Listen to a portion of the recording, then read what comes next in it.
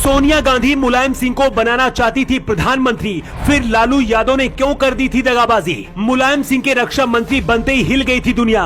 Border छोड़कर 4 kilometre भाग खड़ा हुआ था चीन। हिंदुस्तान के जवानों के लिए मुलायम ने कानून बदल दिया था। कहानी जानकर आपको भी गर्व होगा। मुलायम सिंह यादव देश के पहले रक्षा मंत्री थे जो सियाचिन के ग्लेशियर पर गए थे और चीन को ऐसा सबक सिखाया था कि आज भी चीन के अंदर मुलायम सिंह यादव की कहानियां सुनाई जाती हैं। पाकिस्तान तो इतना ज्यादा खौफ में आ गया था कि जब तक मुलायम सिंह देश के रक्षा मंत्री रहे, आतंकी घटनाएं तो छोड़िए, एक भी बार सीज फायर भी नहीं हुआ।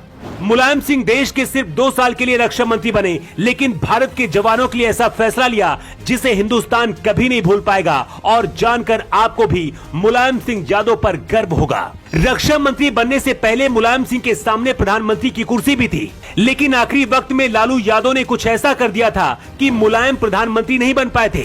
ये पूरी कहानी क्या है, आपको इस 2 मिनट की रिपोर्ट में सब कुछ बताने वाले हैं। 1996 लोकसभा चुनाव में समाजवादी पार्टी को 27 सीटें मिली थी।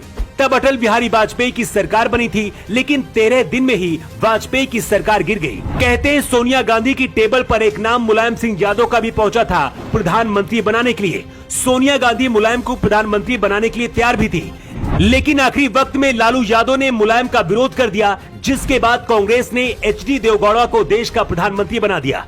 तब मुलायम सिंह बहुत दुखी हुए थे, लेकिन जब रक्षा मंत्री बने तो देश के लिए जो फैसला किया उसके बाद पूरी दुनिया जानकर हिल गई। मुलायम सिंह यादव के रक्षा मंत्री बनने से पहले देश के लिए अलग नियम था। जब भी सेना का कोई जवान शहीद होता था तो उसका पार्थिव शरीर उसके घर नहीं पहुंचाया जाता था। शरीर का अंतिम संस्कार सेना के जवान ही कर देते थे और आखिरी में जवान के घर सिर्फ उसकी एक टोपी भेज दी जाती थी। मुलायम सिंह ने रक्षा मंत्री बनने के बाद सबसे पहले इसी कानून को बदल दिया। नया कानून बनाया गया कि जब भी कोई जवान शहीद होगा उसका पार्थिव शरीर पूरे सम्मान के साथ उसके घर लाया जाएगा।